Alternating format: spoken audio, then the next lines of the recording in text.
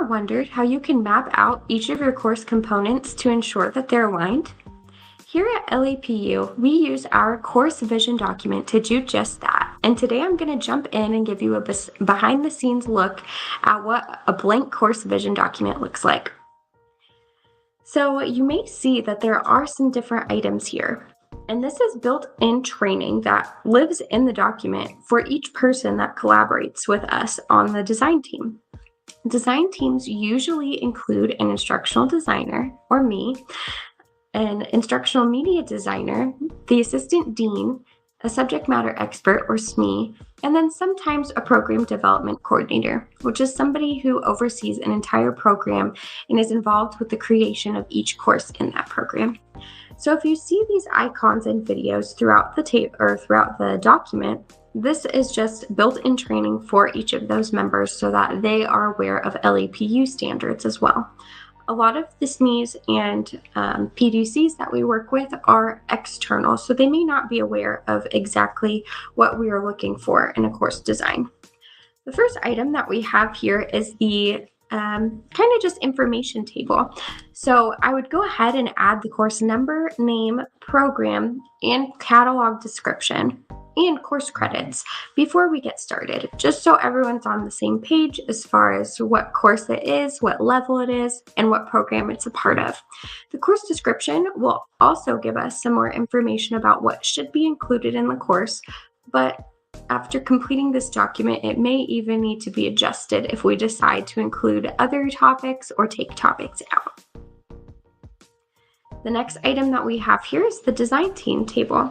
So this gives us a really good way to outline the different members of the design team and also include different contact information for them.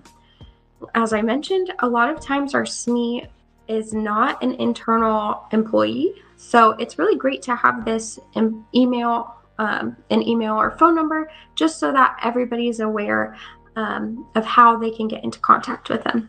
We also have some different tools that we use like Slack and email to keep in constant communication throughout the design process.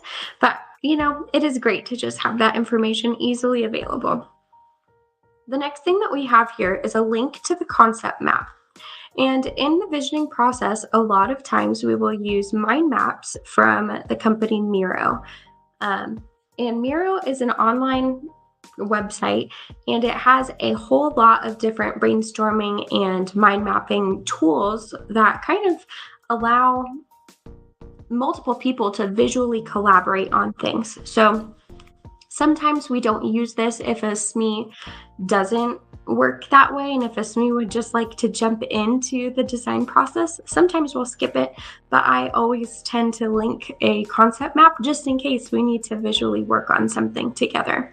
It is very helpful to kind of create a mind map sometimes and to really outline the different topics that the course will cover and make sure it all flows together before we jump into the rest of the design process. The next table that we have here is the what we know and need to know about this course. So this table is very important because it allows us to take a greater and a more detailed look at who our students are. So in this first box here, we have the student profile, and that is basically looking at who our student is and what skills they may bring to the course. If this course is an upper level course, the students may bring in some considerable skills from previous courses or even their workplace that they have built up to get to this point. And it's good to note that as well. But if it's an entry-level course or a general education course, students may not have a whole lot of skills in this particular area. And that's good for us to know before we jump into the design, because that may mean that we need to develop or find additional resources to help students build those skills and to gain that experience or knowledge to be successful as well. So that's something that we do want to take a look at this point in the design process. And the next part down here is the student-centric justification. So basically, this is where we take a look at why learning this topic or whatever the subject is going to be important for students. So as I mentioned, if this is like a core course, in a program, it would be really important to note all of that information in this box, because that'll tell us how this course will influence the rest of these students' academic or even career journey. But if it's something that is a little bit more, for example, like a general education course that's a communication course, like a public speaking course, then it can be a little bit more general in that this course may help students develop oral communication skills, which they will need throughout the rest of their life. So we really just want to make sure that we are taking a look at all of that before we jump into the rest of the design process, just because it's really good to have this information, before you develop your course learning objectives and even any of the course activities, so that you have knowledge about where your students are at and then what you can do to make sure that their learning experience is awesome. So the next table that we have here is our AI table. And this is a table that we've recently included into the vision process because it helps us kind of visualize and think about not only what AI is used for currently in the career field, but how we can help students learn how to use these AI tools appropriately and ethically and in a way that could potentially enhance their educational or career journey as well. So this table is, again, like I mentioned, it's somewhere that we can brainstorm how we could incorporate AI into the class, but it's something that we want to really take a step back and consider as well, because we don't want to add AI into a course unnecessarily if it really doesn't fit with the topic of the course, or if it really doesn't improve the learning experience. But it is really good to brainstorm and consider those things and determine if there are ways that we can bring in AI, or if there are skills that we can help students develop regarding AI, specifically in this course. So this is a great place where you will brainstorm with all of the design team members and kind of see how AI is being used and whether or not this is a good place to kind of build those skills for the student. And next here is our no fail do table. And each item is kind of specific to the learning process. And it also really helps inform the other areas or course components that you're going to have as well. So my best advice is in this section, try to be as specific and detailed as possible, because this will help you not only develop your course learning outcomes, but really map out what the students will experience in your course. And again, that's kind of the point of this document, to really gain a comprehensive course vision as far as what students will experience, who the students are, how they will show mastery, and all of those things.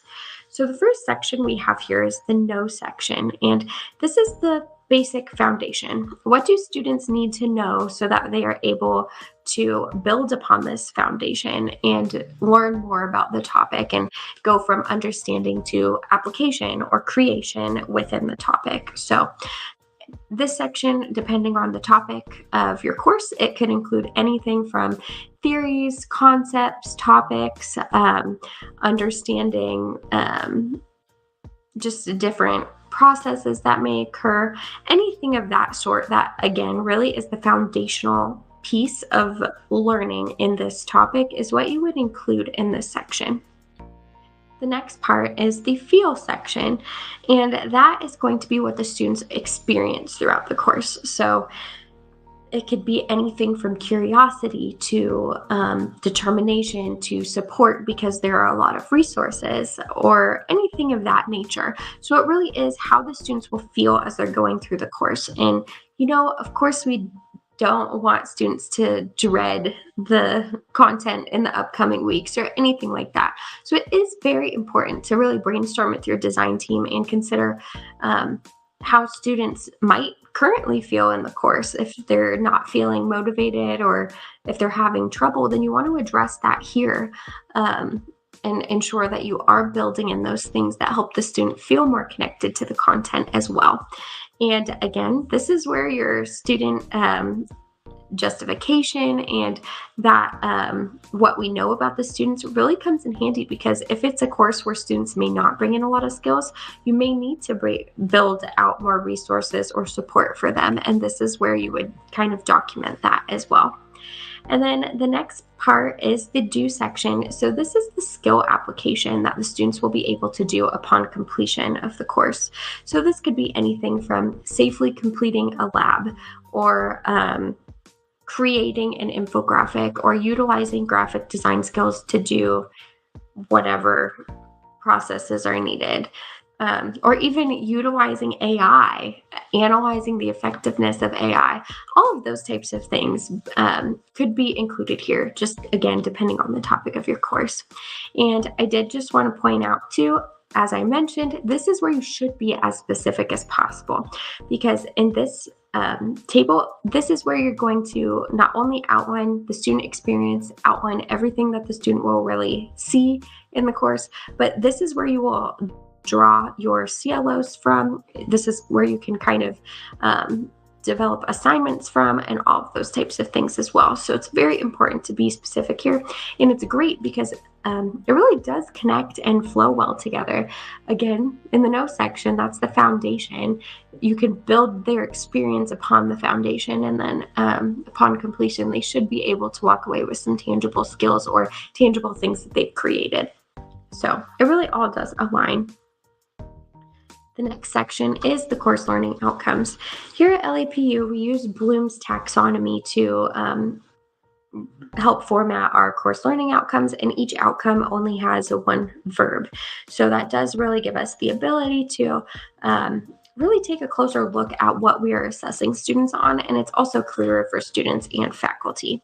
So we would write out each of our learning outcomes just depending on whatever the topic is and what we do want to assess.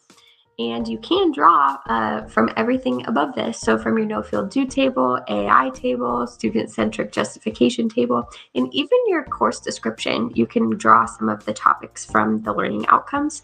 You just have to make sure that all of those things are addressed in the course and are assessed some way, so through an activity, assignment, or discussion. So just so there is some alignment as far as, yes, you actually did make sure that students did master whatever the outcome was. And then you would map each CLO to a PLO, and PLO is a program learning outcome, which is right below.